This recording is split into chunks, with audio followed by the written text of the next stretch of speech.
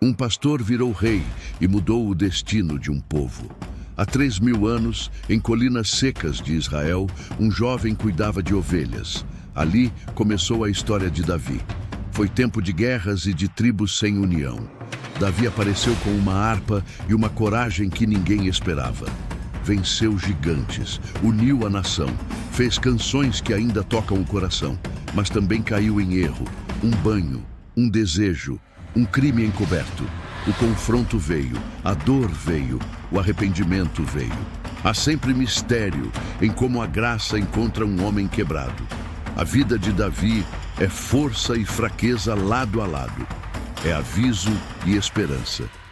No fim, sua história nos pergunta quem você quer ser quando o poder chegar. Você já se perguntou como um homem pode ser escolhido por Deus, ungido rei, e ainda assim cair em falhas que abalam um reino inteiro? Davi é essa contradição viva. Pastor humilde, músico inspirado, guerreiro corajoso e, ao mesmo tempo, homem que sucumbiu ao desejo, ao poder e ao erro.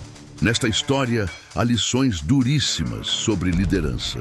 Não apenas estratégias políticas, mas o cuidado ético, espiritual e emocional que sustenta quem governa. E também um roteiro de pecado e restauração que toca o coração de qualquer pessoa que já fraquejou. Ao acompanhar a trajetória de Davi, você verá como grandeza e fragilidade andam lado a lado. Sua ascensão é marcada por coragem e visão. Sua intimidade com Deus traduz-se em salmos que atravessam séculos. Porém, sua queda revela que talento e bênção não são excludentes de responsabilidade moral. Aqui, não vamos romantizar o rei. Vamos examinar sua liderança, os erros que custaram vidas e o caminho sincero do arrependimento que o transformou. Palavras-chave como autoridade, fidelidade, orgulho, culpa e redenção permearão cada cena, desde o campo de batalha até a noite em que um rei confronta sua própria alma.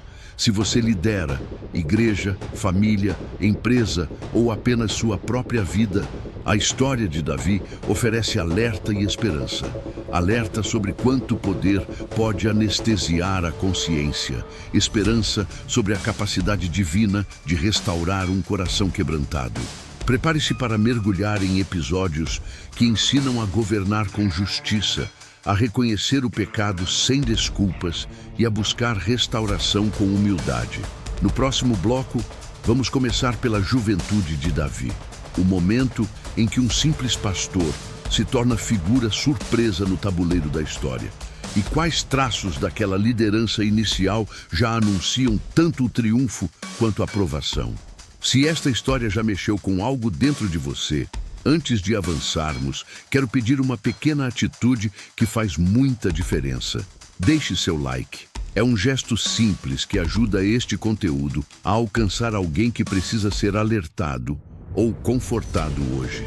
E quero muito ouvir você. Comente aqui se você já sentiu esse peso de liderar e falhar, ou se já viu alguém que você ama enfrentar as consequências de uma escolha errada. Sua experiência pode consolar e ensinar outras pessoas nesta comunidade. Por fim, se quiser acompanhar cada episódio dessa jornada, onde vamos destrinchar passos práticos de liderança, reconhecimento do erro e caminhos reais para a restauração, inscreva-se no canal e ative as notificações. Quando você interage, não é vaidade. É construir um espaço onde fé, responsabilidade e transformação andam juntas. Seus comentários moldam os próximos vídeos. Suas reações mostram quais temas precisamos aprofundar. E sua presença fortalece uma rede de apoio real para quem busca viver com integridade. Agora, com seu apoio ao nosso lado, vamos voltar ao início da história. Iremos conhecer o jovem pastor que, com uma harpa e uma coragem improvável, foi chamado para um destino que ninguém poderia prever. Prepare-se.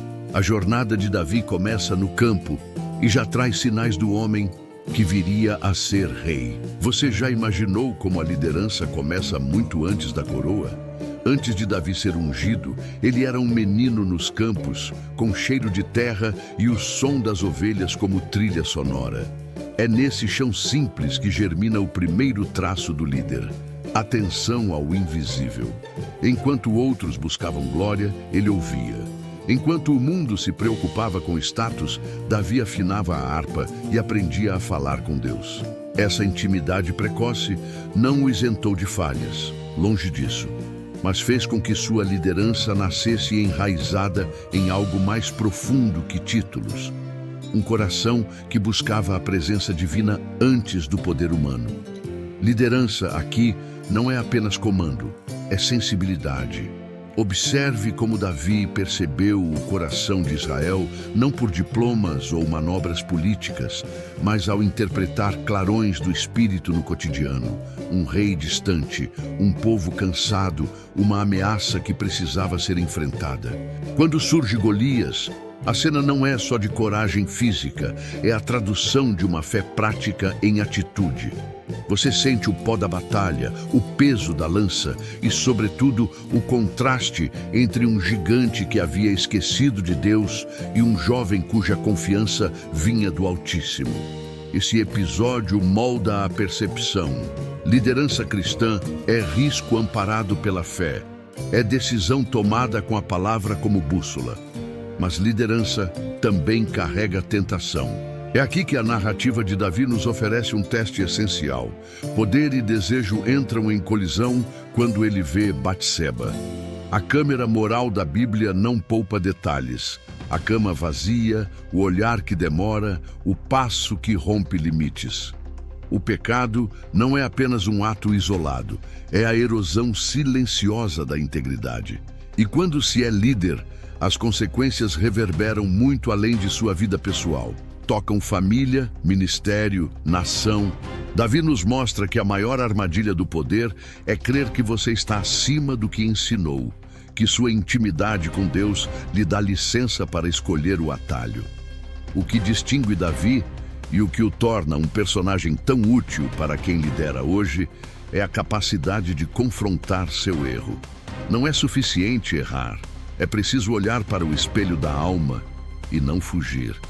Quando o profeta vem com um confronto cortante, Davi não responde com justificativas estudadas, nem busca blindagem pública. Ele se dobra. Essa cena, o reconhecimento umbilical do pecado, a confissão que não minimiza nem dispersa a culpa, é a essência da restauração. O arrependimento de Davi é visceral. A dor, a poesia do lamento, os salmos nascidos da quebra. E é dessa quebra que ressurge algo precioso: autenticidade moral. Restauração, no modelo davídico, não é mera reabilitação de imagem, é reconstrução do interior. A disciplina que vem após o erro remodela a liderança. Torna-a mais humilde, mais capaz de ouvir conselhos, mais atento ao cuidado com os fracos. Davi aprendeu que autoridade sem misericórdia é tirania e que correção sem graça vira condenação.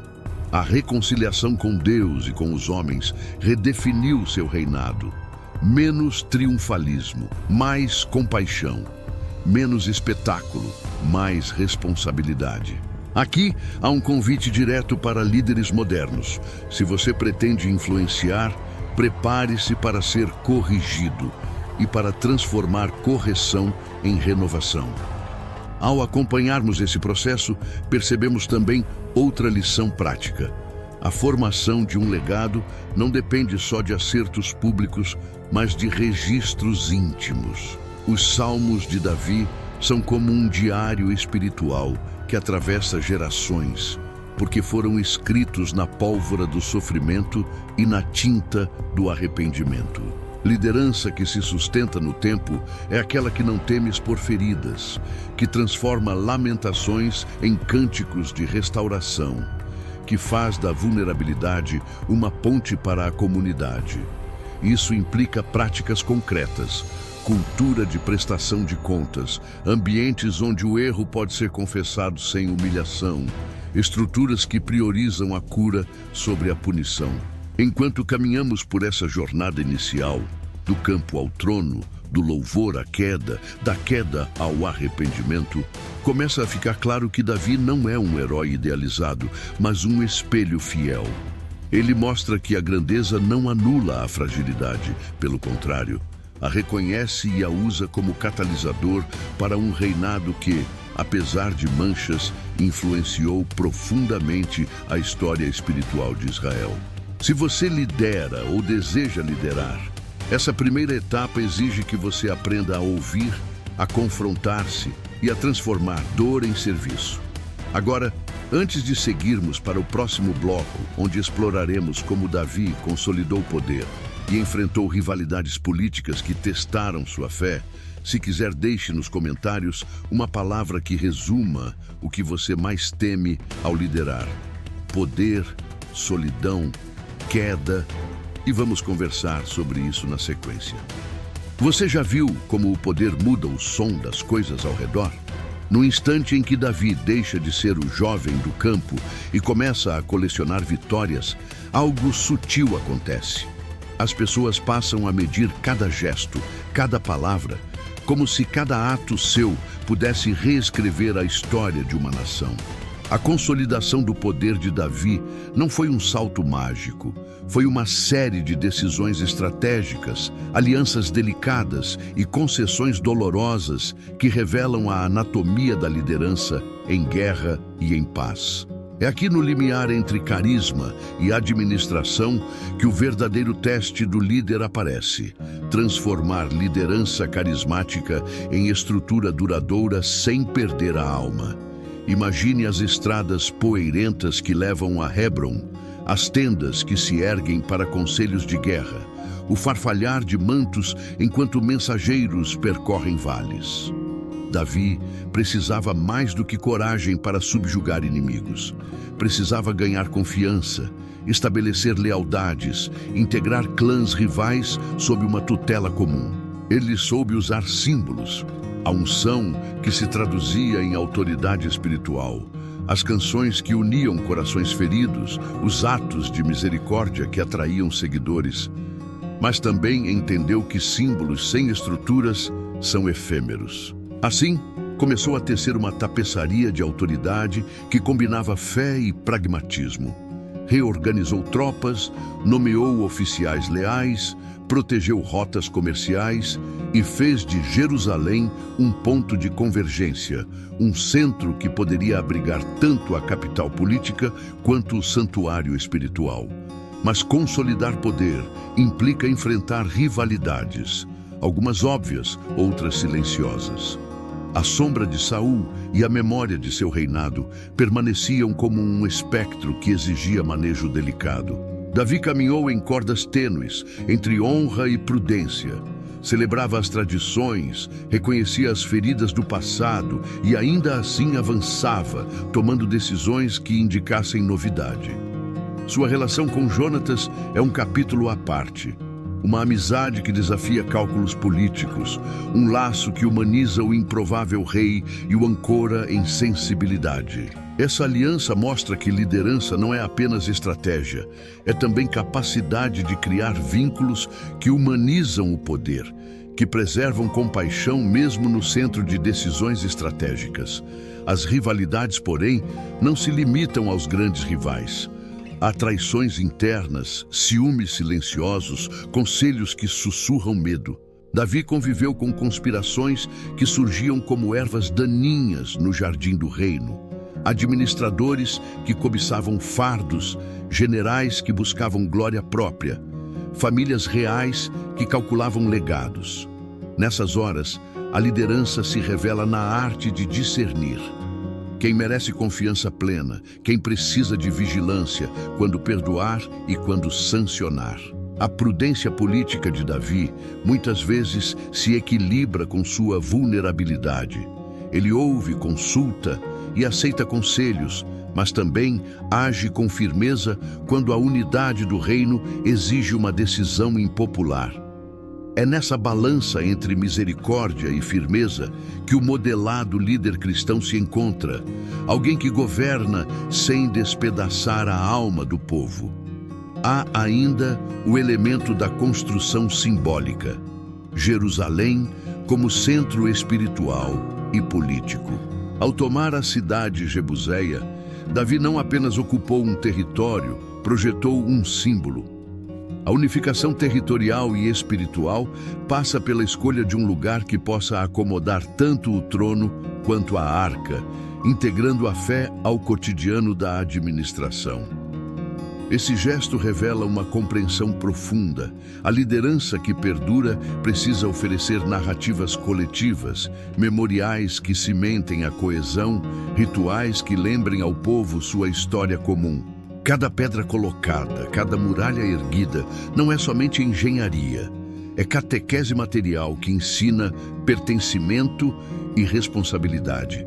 Enquanto isso, a vida militar continua. Campanhas, pacificações, negociações de paz. Davi mostra que a habilidade de negociar é tão vital quanto a espada. Há cenas de mesa, mapas espalhados, líderes negociando termos e o som seco das celas sendo ajustadas. O líder que conquista e quer conservar aprende a traduzir vitórias em estabilidade, a transformar saque em investimento, temor em confiança. Essa transição é crítica. Muitas vinganças e instabilidades históricas resultam de heróis que não aprenderam a gerir o que conquistaram. Davi, por sua vez, esforça-se para estabelecer instituições, tribunais, práticas fiscais, decretos, que sustentem o reino numa lógica que ultrapassa sua própria vida. Mas nem tudo é cálculo frio.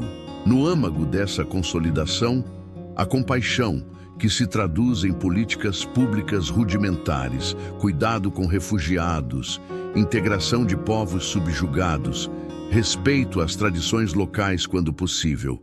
Essas escolhas humanizam o exercício do poder e constroem legitimação que não depende apenas da força. A liderança de Davi, quando mais eficaz, é aquela que faz justiça, não apenas a retórica, mas a prática que assegura pão, proteção e voz àqueles ausentes das grandes mesas de decisão. À medida que a tapeçaria do reino ganha corpo, surgem riscos novos. O sucesso cria luxo, e o luxo oferece oportunidades de desvio moral. O poder estabilizado pode seduzir de maneira diferente da mera fama. Agora são festas, concessões, privilégios que testam os limites do caráter. É preciso vigilância constante, mecanismos de prestação de contas e uma cultura de humildade que previna o lento desmoronar da integridade. Davi experimentará isso também, porque o mesmo homem que ungiu o povo é o que mais tarde será confrontado por suas falhas. Mas essa é uma história que só se entende se acompanharmos o desenvolvimento político e emocional deste rei, que em muitos momentos foi maior em coração do que em coroas. Você já percebeu como no ponto mais alto do poder, as coisas pequenas, um olhar, uma vigília tardia, um gesto aparentemente inofensivo, podem abrir portas que você jamais imaginou? É exatamente aí, nesse espaço entre dever e desejo, que o coração do líder se torna campo de batalha. Davi, o herói das canções, o pastor que virou rei, experimenta essa geografia íntima do poder. Vitórias que envaidecem, palácios que oferecem conforto e uma rotina que reduz os limites do que antes parecia imprescindível. Quando a vida cotidiana passa a ser ocupada por banquetes, decisões de Estado e a administração do trono, a atenção que antes se voltava ao povo corre o risco de se voltar para si mesmo. E é nesse desvio que germinam as tentações mais perigosas. Imagine a cena.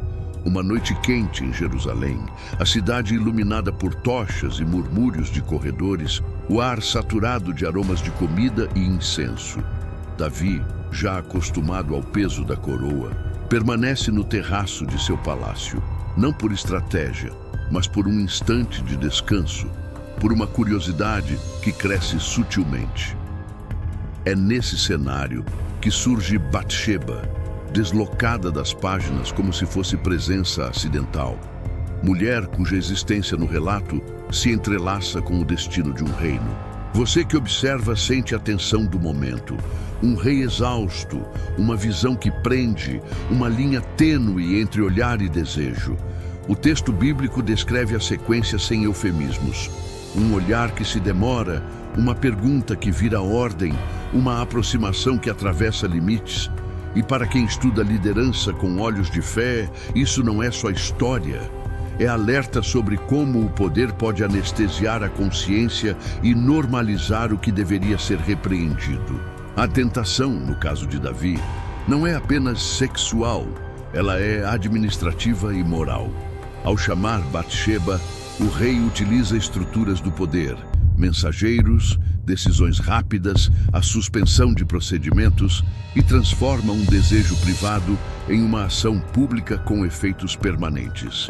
O leitor atento percebe o quão perigosa é essa mistura entre prerrogativa e vontade pessoal. Quando o líder pensa que o seu desejo é direito, o cuidado com a justiça se perde. E você, que talvez exerça influência em círculos menores, empresa, comunidade, família, pode enxergar aqui o paralelo direto. Decisões tomadas a partir de impulsos pessoais, sem escuta, corroem a legitimidade. O passo seguinte revela a escalada moral. Batseba fica grávida e Davi encara o peso da consequência. Em vez de romper o ciclo com transparência, o rei tenta consertar com manobras. Chama Urias, marido fiel e guerreiro, e busca uma solução que salve a honra do trono. O que nos surpreende é a frieza burocrática desse concerto. Instruções ao oficial, tentativas de manipular a presença e a ausência, a montagem de um esquema que visa ocultar a verdade. Aqui, a liderança se mostra ferida. Não são apenas atos isolados, mas uma cadeia de escolhas que tenta apagar o erro pela técnica, pela política, pela engenharia humana. E quando a manipulação falha, Davi recorre ao recurso mais extremo. Envia Urias à frente da batalha, selando seu destino. A cena é brutal na simplicidade. Uma carta, ordens de combate e o soldado fiel que morre em cumprimento ao que o rei ordenou. Ao acompanhar essa sucessão, o peso emocional se intensifica. Você sente o choque de ver alguém que foi pastor se tornar juiz implacável de um homem que lhe serviu. O eco da espada, o perfume da pólvora, o lamento do campo de batalha, tudo se mistura com a culpa crescente que se instala no palácio. E é nesse ponto que a narrativa nos força a confrontar uma pergunta essencial. Como alguém tão próximo do sagrado, o cantor de salmos, o ungido por Deus, pode sucumbir de maneira tão profunda? A resposta não está em reduzir o episódio à falha psicológica, mas em entender as dinâmicas do poder. Isolamento emocional, normalização do privilégio e o enfraquecimento das redes de prestação de contas. Mas a história não termina na impunidade automática. O profeta Natan entra em cena como voz que Deus usa para confrontar o rei. A confrontação é artística e implacável. Natan apresenta uma parábola, um espelho que devolve a imagem do rei a si mesmo. É aí que a liderança aprende, ou falha, em reconhecer que há limites estabelecidos pela justiça divina e pela ética comunitária. A acusação pública, feita de maneira que toca a consciência, revela que a autoridade sem autocontrole se torna tirania.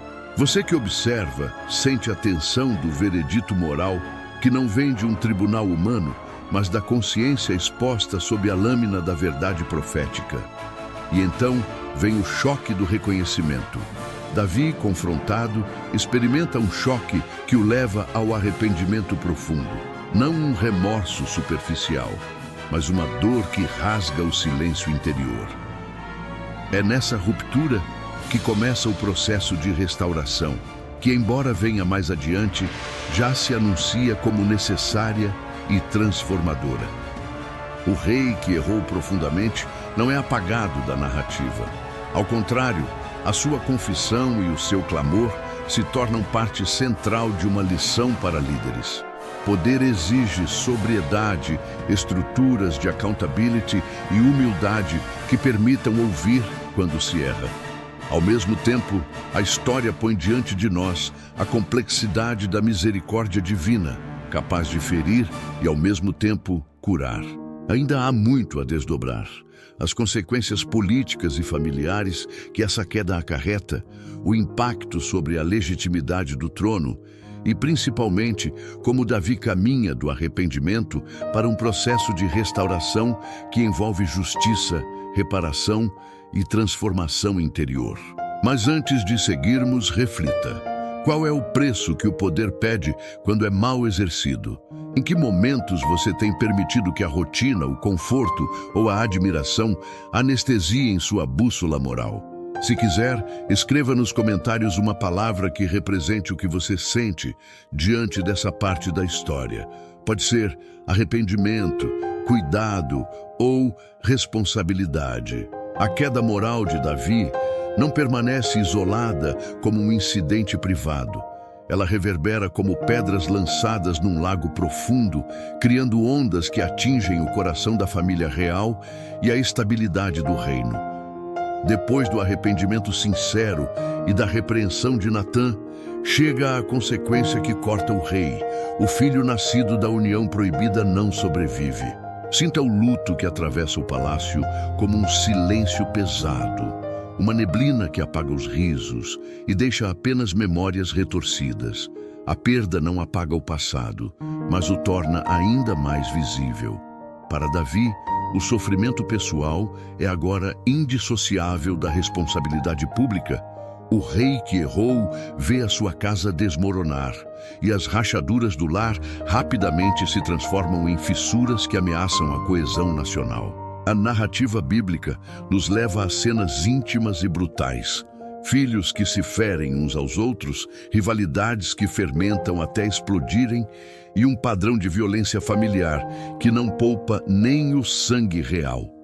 Amnon, o primogênito, comete um crime horrendo contra sua meia-irmã Tamar. Um ato que revela como a pornografia do poder e a impunidade geram tragédias pessoais. Visualize Tamar, humilhada e isolada, sua voz abafada pelos corredores do palácio. Imagine o impacto na moralidade da casa real quando a injustiça se naturaliza entre herdeiros do trono. A resposta de Absalom, irmão de Tamar, é humana e feroz. Vingança calculada, um plano que culmina em assassinato e depois em exílio. Essa dinâmica fratricida não é apenas drama doméstico. Ela corrói a confiança no comando, cria facções entre os príncipes e alimenta ressentimentos que, por fim, eclodem em rebelião aberta. Absalom, astuto e carismático, constrói sua imagem pública com estratégia. Sorri nos pátios, consola os aflitos, ganha corações.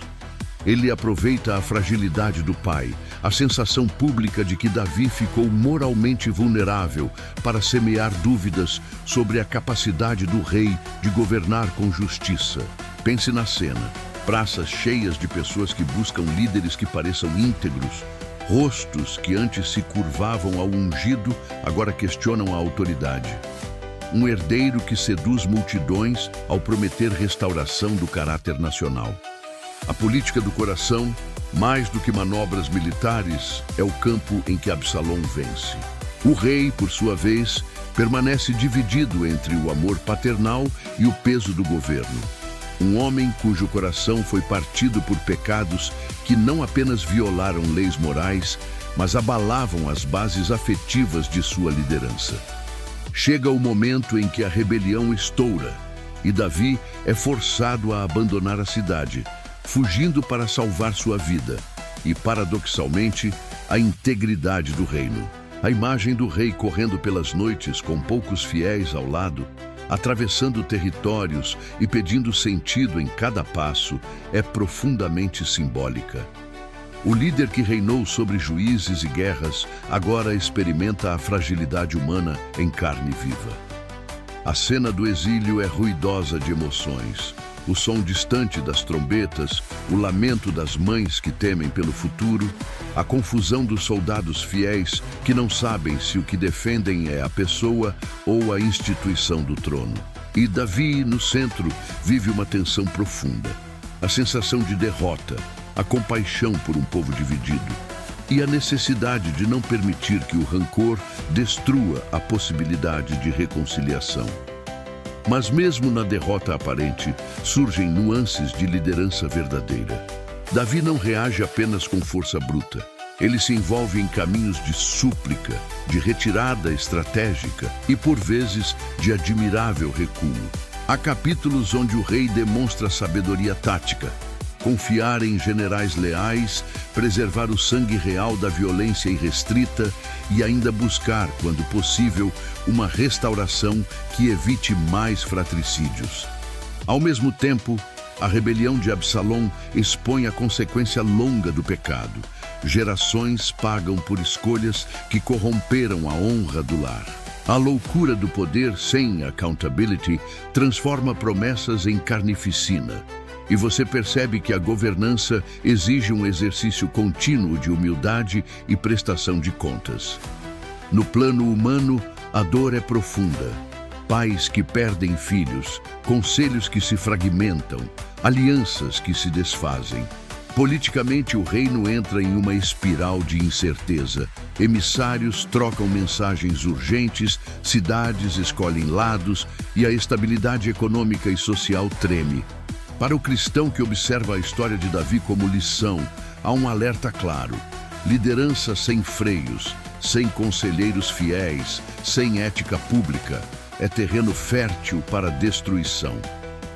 O trono vazio por um momento, a luz da tarde entrando em fios oblíquos pelas janelas, e Natã, o profeta, aproximando-se com passos lentos, mas firmes.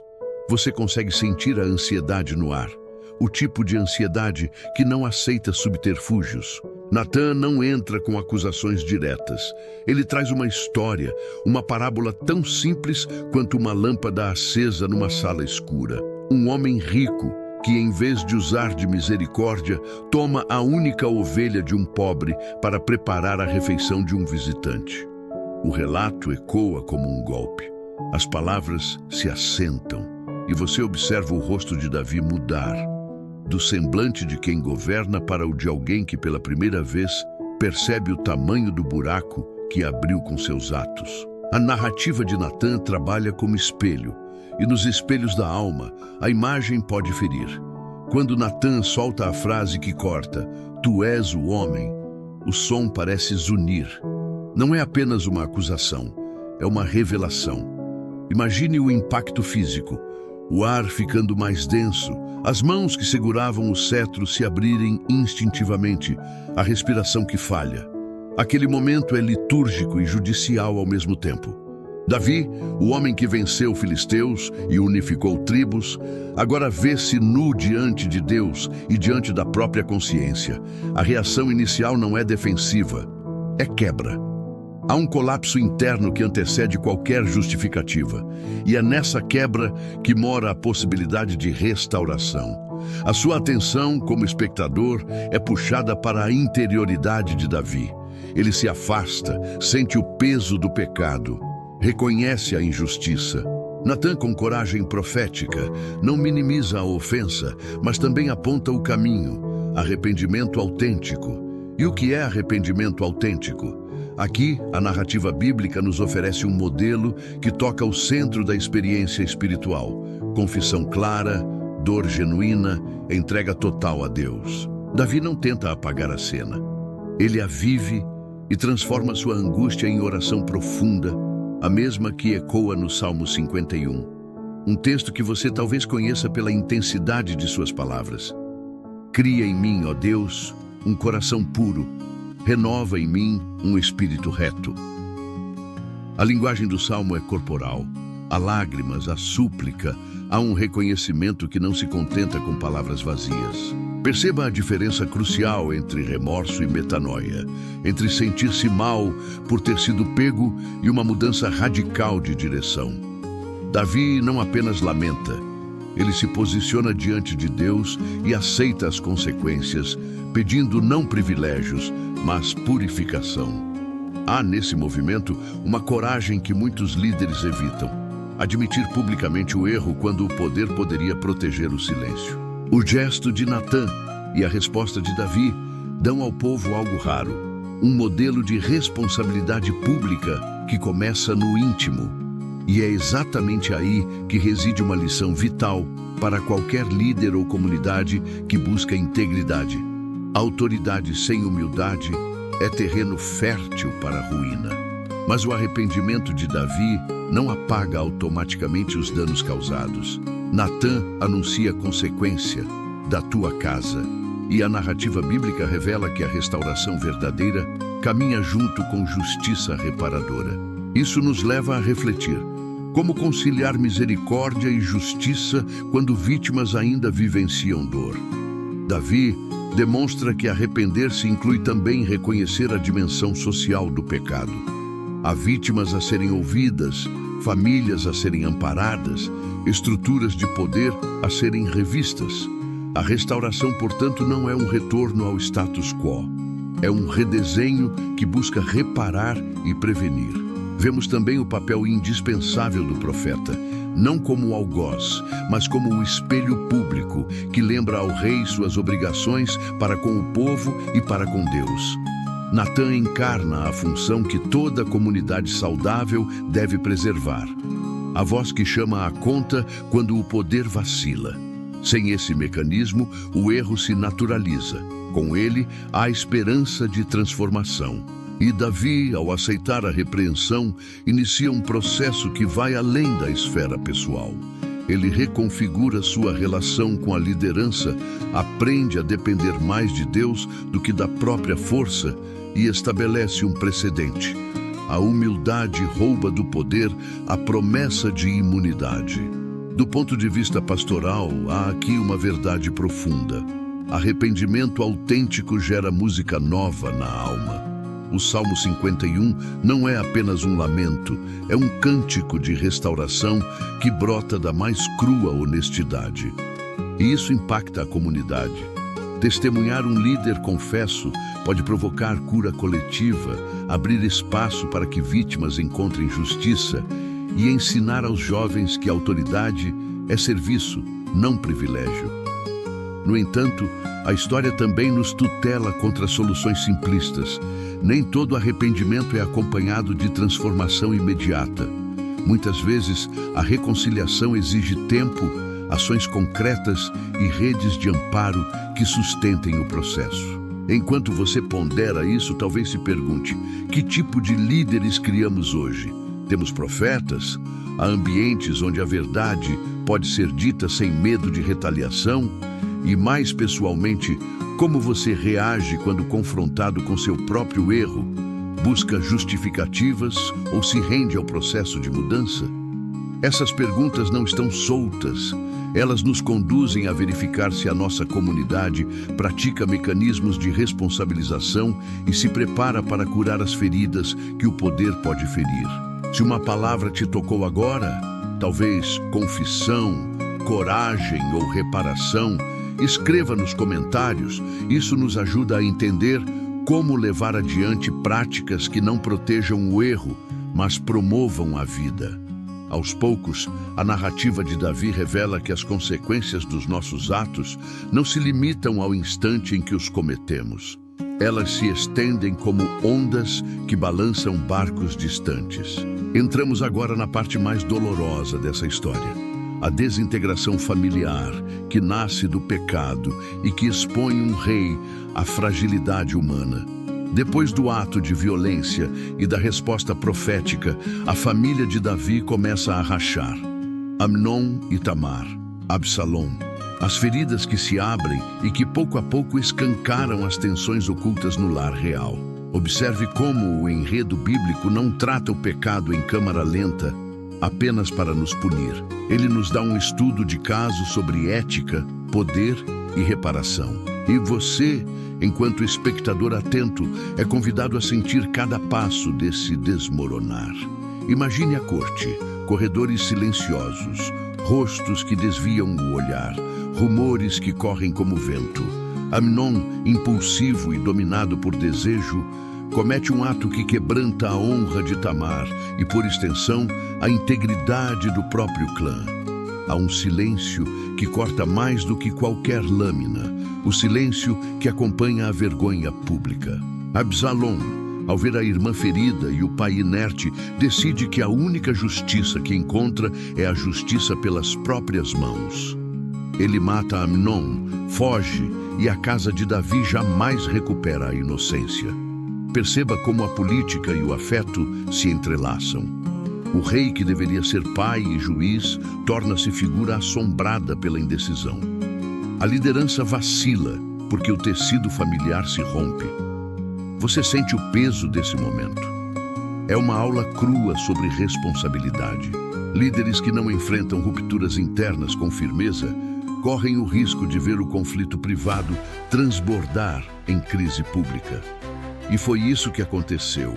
Absalom, no exílio e depois no retorno, transforma-se num símbolo ambivalente, um filho ferido que vira rival político, um homem carismático que seduz corações e que testa a lealdade do povo. Sua beleza e seu carisma o tornam perigoso, sua ambição fatal.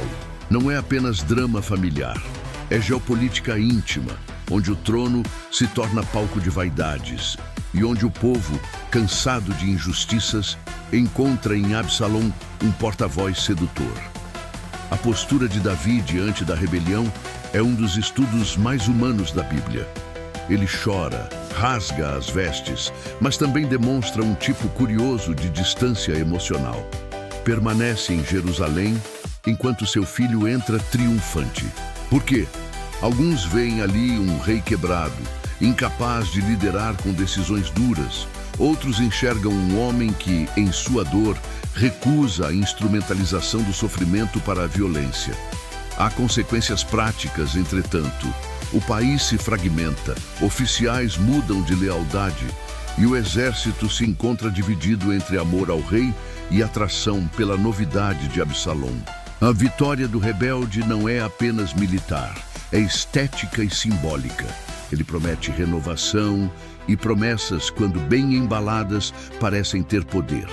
A batalha pela alma do reino acontece em dois campos, o militar e o moral. Davi, que outrora foi chamado de homem segundo o coração de Deus, agora vive a amarga lição de que um líder também precisa proteger a moralidade da casa que governa. As estratégias militares se entrelaçam com discursos públicos. Conselheiros avisam, doentes do poder conspiram e o povo observa, dividido. E no campo de sangue onde Absalom cai, algo paradoxal emerge. A vitória sobre o traidor não cura a ferida. Ela a revela em carne viva. Davi chora por Absalom mesmo após o golpe militar. Um lamento que nos incomoda porque mistura justiça e ternura, porque revela um rei que sente profundidade de perda mesmo pela traição. Que lições práticas podemos tirar daqui para além da poesia trágica? Primeiro, a necessidade de mecanismos de responsabilização dentro da família e da liderança. O silêncio de Davi diante do ato de Amnon transmite um recado perigoso. Omissão diante da injustiça cria terreno fértil para vingança e desagregação. Segundo, a construção de carisma sem compromisso ético é um risco político. Absalom seduz porque oferece novidade, mas não porque oferece reparação verdadeira. Terceiro, a dor pública exige gestão pastoral e estratégica. Quando líderes falham em cuidar do íntimo, a nação paga o preço do colapso moral. E há ainda a dimensão teológica desse episódio. Deus trabalha mesmo através dos escombros.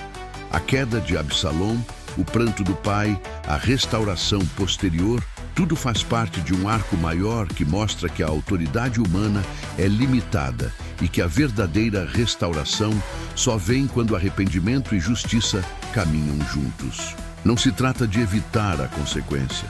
Trata-se de integrar justiça restauradora com misericórdia, que não esquece as vítimas. Entramos agora num ponto crítico da saga: a reconstrução do trono e o preço exato que a autoridade paga para se erguer das ruínas. Depois da guerra civil interna, das batalhas, das perdas, do lamento por Absalom, Davi enfrenta a tarefa árdua de recompor não só o governo, mas a confiança do povo, dos líderes militares, dos sacerdotes e das famílias feridas. Este é o momento em que a liderança é testada não pela vitória em combate, mas pela capacidade de restaurar instituições, reparar relações e evitar que o ciclo de violência se repita. Observe, a política da reconciliação requer mais do que ordens. Exige símbolos, rituais, gestos públicos e uma verdadeira transformação moral. Imagine as cenas: Davi caminhando por ruas marcadas pela tensão, conselheiros cochichando, oficiais avaliando lealdades, líderes religiosos reavaliando alianças. A restauração do trono passa por passos concretos: nomeações, demissões, reformas administrativas, mas também por uma renovação moral que precisa ser percebida pelas pessoas comuns. Em palavras simples, um rei pode restabelecer a lei, mas restaurar o coração da nação demanda transparência e atos que evidenciem arrependimento e compromisso ético. E é aí que o caso de Davi oferece lições duras e necessárias. Primeiro, a política de sinais. Davi precisa mostrar que mudou sem parecer fraco. Ele inicia gestos simbólicos, orações públicas, jejuns, restauração de altares ou apoio a iniciativas comunitárias que aliviem o sofrimento dos mais pobres, ações que comunicam prioridade diferente. Essas medidas têm um efeito psicológico poderoso. Em tempos de crise, símbolos valem tanto quanto políticas, porque ajudam a reconstruir a narrativa coletiva. O povo precisa acreditar que o rei não é apenas um administrador, mas alguém que compartilha as dores do reino e busca a justiça restauradora. Isso, por sua vez, diminui a sedução de líderes populistas como Absalom, cuja linguagem muitas vezes soa bonita, mas é vazia de compromisso com a reparação. Segundo, a necessidade de responsabilização. A recuperação só tem solidez se for acompanhada por mecanismos que previnam novos abusos. O episódio que desagregou a família real, o estupro, a omissão, a vingança, mostra o preço da ausência de processos justos. Portanto, parte da reconstrução envolve estabelecer tribunais ou comissões que possam ouvir as vítimas, sancionar culpados e restituir direitos. Isso não é vingança, é justiça restauradora. Quando instituições falham em cuidar das feridas internas, os cidadãos perdem a confiança e o tecido social se deteriora. Davi, como líder, precisa entender que perdão sem justiça não cura e punição sem misericórdia não reconstrói. Terceiro, a reconstrução da liderança espiritual. Um reino se reconstrói também pela retórica e pela prática religiosa. Davi procura reafirmar laços com sacerdotes fiéis, promover culto público que reoriente valores e incentivar práticas comunitárias que incentivem solidariedade. Hortas coletivas, distribuição de alimentos, resgate dos pobres. A fé, quando encarnada em ações sociais, deixa de ser discurso e passa a ser ponte para a confiança. No caso de Davi, isso significa usar sua própria história, pecado, arrependimento, perda, como instrumento de ensino, sem transformá-la em autopiedade, mas em catalisador de mudança. Quarto, a gestão das elites. A corte precisa ser moldada de modo que poder e responsabilidade caminhem juntos. Nomear aliados é necessário, mas nomear por competência é essencial. A restauração exige que pessoas competentes, límpidas e comprometidas com o bem comum ocupem posições-chave, desde a administração dos celeiros até a liderança militar. Isso impede que ambições pessoais transformem a governança em arena de vaidades. Absalom cresceu à sombra de carisma sem conteúdo. A resposta do rei é montar um aparelho de liderança que privilegie serviço, não espetáculo. Quinto, o cuidado com a memória coletiva. A narrativa oficial do reino deve integrar episódios traumáticos com verdade e humildade. Silenciar as feridas, varrer para debaixo do tapete, cria ressentimentos que germinam. Reconstruir também é contar a história com coragem, reconhecer erros, celebrar atos de coragem e instituir práticas públicas de memória, dias de jejum, relatos públicos, restituições simbólicas, que ajudem a sociedade a processar luto e culpa. É um processo pedagógico que fortalece a resiliência coletiva. Sexto, a diplomacia como reconstrução externa. A estabilidade interna depende de relações exteriores equilibradas. Davi, agora mais sábio, precisa negociar com vizinhos, restabelecer rotas comerciais e reforjar alianças que tragam segurança e abastecimento para a população. A fome e a insegurança alimentar que citamos antes não se resolvem somente com caridade. Elas exigem políticas públicas e acordos que assegurem fluxo de recursos. Portanto, a restauração do trono passa também por reconstruir pontes políticas e econômicas. Finalmente, a dimensão pessoal do líder. A trajetória de Davi mostra que restauração pública sem transformação íntima é frágil. A liderança que aprende com o escândalo e que se converte em ação ética tem mais força para resistir a futuras crises. Mas essa conversão não é instantânea. É um trabalho lento que passa por disciplina espiritual, conselhos prudentes e acompanhamento comunitário.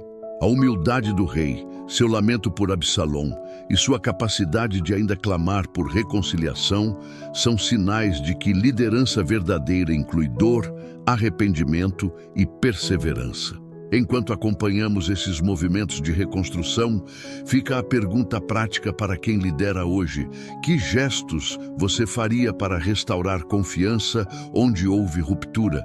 Que instituições precisa fortalecer? E mais pessoal ainda, qual omissão sua precisa ser reparada para que sua influência não gere dano? Agora, avançamos para um trecho que pesa no coração de qualquer líder. O momento de preparar o legado e escolher quem herdará o peso da coroa. Após guerras, reconciliações e reformas, Davi enfrenta a inevitável fragilidade humana, a finitude do corpo e a urgência de passar adiante mais do que poder, transmitir princípios, prioridades e uma visão de justiça que resista às pressões do tempo. Este tópico explora como um líder sábio transforma sua sucessão numa última e decisiva aula de liderança. Não por ambição de controle, mas por amor à continuidade do bem comum.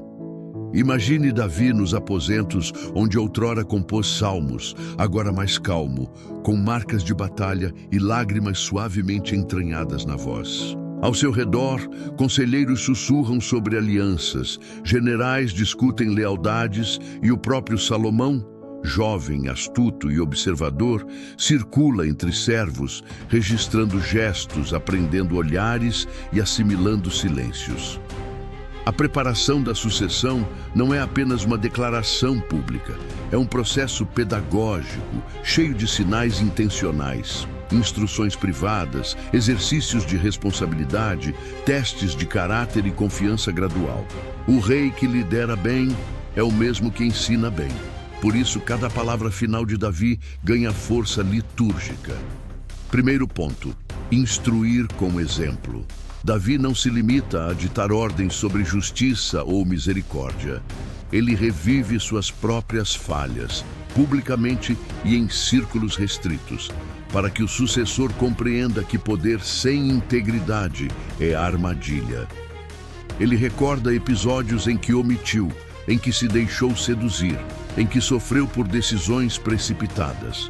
Ao admitir dor e erro, Davi transforma sua experiência num manual moral vivo, Isso tem efeito concreto. O jovem príncipe que observa este rei arrependido aprende que fragilidade admitida é terreno fértil para a sabedoria e que assumir culpa pode prevenir tragédias maiores.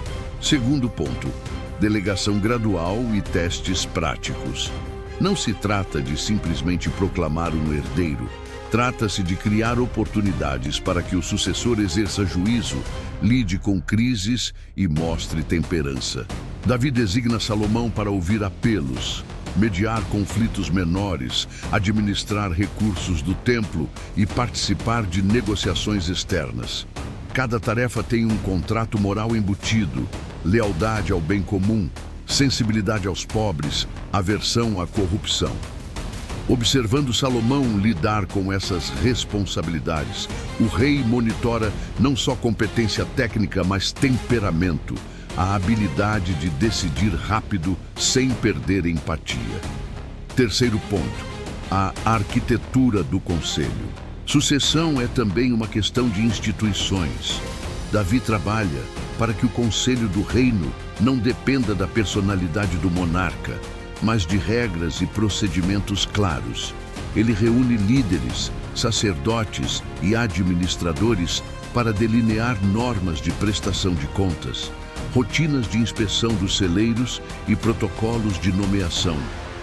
Essa disciplina institucional é o que protege o trono de caprichos e evita que um sucessor carismático e indiferente aos processos transforme-se em tirano.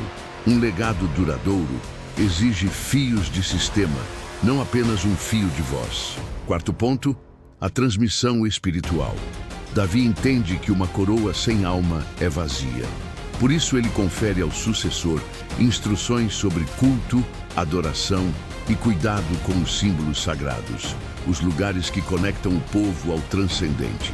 Ele reforça a importância do arrependimento público, da lei interpretada com misericórdia e da centralidade dos pobres nas decisões governamentais. Transmitir uma prática espiritual não é doutrinar, é formar visão de mundo. Quando um rei aprende a governar com o temor de Deus, as políticas públicas passam a carregar uma sensibilidade ética que protege os vulneráveis. Quinto ponto, lidar com rivais e opositores. Toda sucessão carrega tensão, facções, ambições e velhas feridas. Davi navega essas águas com dois instrumentos, firmeza e prudência. Ele age para neutralizar planos de usurpação sem inflamar ódios.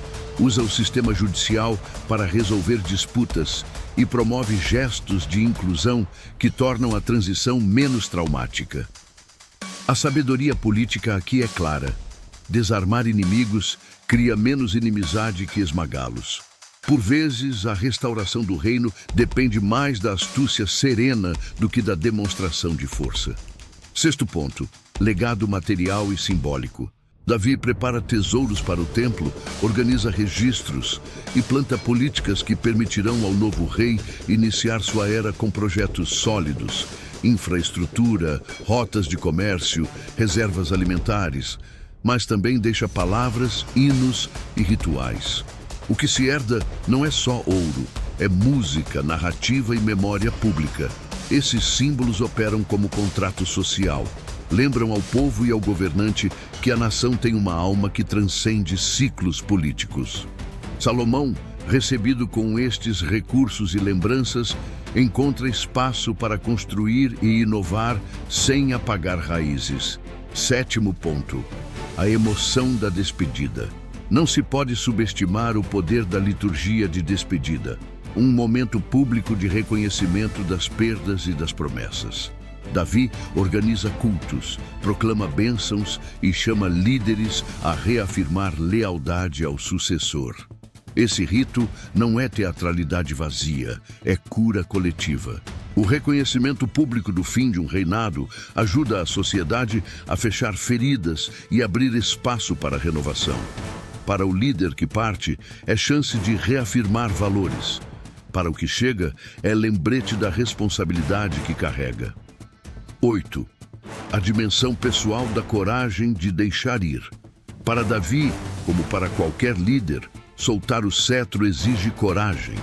Não é simples renunciar a poder depois de construir seu nome. É confiar que algo mais valioso, a continuidade do bem, sobreviva a você. Essa coragem é marca de liderança madura.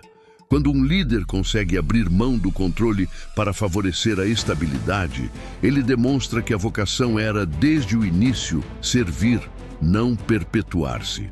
Enquanto você pensa nas transições atuais, nas empresas, nas igrejas, nas comunidades, pergunte: o que há de Davi e o que há de Absalom nas práticas de sucessão que você conhece? E mais imediatamente, será que você, em sua esfera de influência, está preparando alguém para servir com integridade ou apenas reproduzindo o poder? No leito onde o rei já não levanta a armadura, tudo é silêncio ativo, o crepitar das tochas nos corredores, o aroma de ungüentos e especiarias que tenta suavizar a dor, e vozes baixas que entram e saem como se temessem romper algo sagrado. Neste tópico, vamos caminhar dentro desse aposento final de Davi. Não para reviver cada fato histórico, mas para aprender como um líder que sofreu, errou e foi restaurado, usa seus últimos suspiros para deixar um legado que transforma uma nação. Pense nisso. Quando um líder velho fala, não são só ordens, são sementes para futuras colheitas. Sinta a cena. Davi, rosto marcado por batalhas e lágrimas, respira com esforço. Há um brilho febril nos olhos que permanece, uma lucidez cortante. Ele chama seus confirmadores, seus ministros mais fiéis, e o jovem Salomão é trazido para junto da cama. Não apenas como herdeiro, mas como receptor de uma história que dói e cura. As palavras de Davi não são discursos protocolares, são conselhos de quem aprendeu, na adversidade, que poder é serviço, que grandeza sem justiça se torna ruína. Ele lembra ao sucessor: caminha diante do Senhor com integridade. Essa instrução sintetiza a lição central. Liderança que não passa pelo crivo da retidão acaba por gerar sofrimento. E isso Davi sabia no osso e na memória. Agora, olhe mais de perto o tom dessas últimas conversas. Davi fala de misericórdia, mas também de firmeza. Ele pede cuidado com os pobres, atenção especial aos órfãos e viúvas, que são o termômetro moral de qualquer governo. Ao dizer isso, ele não pensa em retórica. Pensa em quem ficou de fora das suas próprias decisões anteriores, enquanto sofreram por suas falhas. Essa humildade é a mesma que faz um líder transformar a culpa em guia prático, remediar injustiças, reparar o que foi quebrado e criar mecanismos para que erros semelhantes não se repitam. Há ainda o reparo público como peça-chave da restauração. Davi, em seu final, não apaga o passado. Ele o nomeia, o confronta e assim oferece ao povo um gesto curativo. Imagine uma cerimônia simples, onde o rei reconhece falhas históricas, não para sacramentar vergonha, mas para chamar à reconciliação. Reconhecer o erro é, paradoxalmente, uma demonstração de força moral que fortalece o tecido social. Um povo que vê seu líder admitir limitações tende a curar mais rápido, pois a verdade cria um terreno para justiça restaurativa e políticas que olhem para frente com responsabilidade. Outro ponto vital que emerge é a urgência institucional. Davi percebe que sua vida é finita. Ele não deixa a continuidade do bem nas mãos do acaso. Por isso, além de instruções morais, ele trabalha para consolidar instituições, conselhos que sobrevivam ao carisma, sistemas de prestação de contas, rotinas administrativas que não dependam do líder. Essa profissionalização do poder é um ato de amor pelo futuro. É a forma mais concreta de dizer: façam diferente aos que virão. Quando órgãos e processos resistem a personalismos, a nação se torna mais resiliente diante de crises. Mas resta um elemento que toca o humano de forma íntima: a transmissão da fé. Davi não quer apenas que Salomão governe bem. quer que governe com reverência. Ele lembra a centralidade do culto, a santidade dos símbolos e a importância de manter a relação com aquilo que dá sentido à lei e à política. Em sociedades onde o transcendente é reduzido a ritual vazio, as políticas secam. Onde a fé é viva, a lei tem um rosto compassivo. Davi sabia que obra de governo e obra de adoração andam juntas quando se busca a restauração de verdade. Também é preciso falar do cuidado com as rivalidades que resistem. Davi dá instruções sobre como tratar antigos rivais. Nem esquecer, nem alimentar ódios. A sabedoria final é clara: justiça com prudência. Restaurar exige separar aqueles que ainda prejudicam do processo de incorporar aqueles que podem contribuir. Isso é liderança tática, não aniquilar todo o campo adverso, mas neutralizar o que ameaça a paz e abrir espaço onde for possível reconciliar. Por fim, há a dimensão afetiva da despedida. O gesto final de um líder é um selo emocional sobre sua obra. Davi oferece bênçãos, canta salmos quase como quem dá a última lição. E esse ato inspira o povo, acalma os corações e reafirma obrigações. Não é espetáculo, é liturgia de passagem que cura e convoca. Para o sucessor é um aviso, a coroa pesa. Para o povo é um convite à continuidade daquilo que é justo. Entramos agora no último e mais prático dos tópicos. Como o legado de Davi se traduz em lições acionáveis para líderes de hoje, sejam pastores, empreendedores, gestores públicos ou pais que administram pequenas famílias. Este bloco não é uma coleção de máximas abstratas, é um roteiro de implementação. Ao olhar para a vida de Davi, sua coragem, seus pecados, sua restauração, extraímos ferramentas concretas para formar líderes que governem com sabedoria, compaixão e responsabilidade. Pense nisso como um manual de campo, inspirado na narrativa bíblica, mas imediatamente aplicável ao mundo contemporâneo. Primeiro ponto: a prioridade absoluta por pessoas vulneráveis. Davi, em seu leito final, pediu cuidado para órfãos, viúvas e pobres. Para você que lidera, isso significa criar indicadores que não mensurem apenas lucro ou visibilidade, mas dignidade e bem-estar. A liderança bíblica se prova quando se traduz em pão, abrigo e justiça cotidiana. Segundo ponto: confessar e reparar como política pública. Davi não extinguiu seus erros. Ele os nomeou e os remediou na medida do possível. Em sua estrutura organizacional, instituir rotinas de reconhecimento de falhas, auditorias morais, comissões internas para revisar decisões passadas, mecanismos de reparação que envolvam as comunidades afetadas, cria cultura de responsabilidade. Isso diminui o risco de repetição e fortalece a confiança coletiva. Confissão pública, quando autêntica, cura. Desculpas vazias apenas maquiam. Terceiro ponto: formar sucessores com propósito.